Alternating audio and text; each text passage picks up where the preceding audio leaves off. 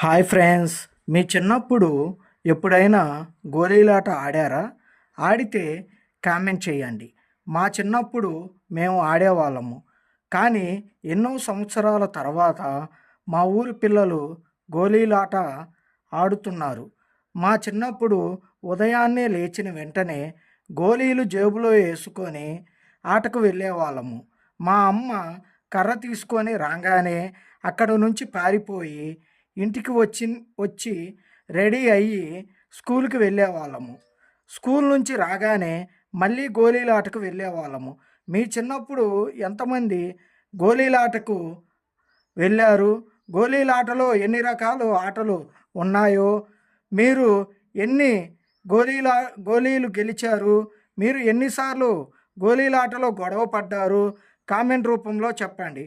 మా ఊరి పిల్లలు రోజు గొడవ పడతారు.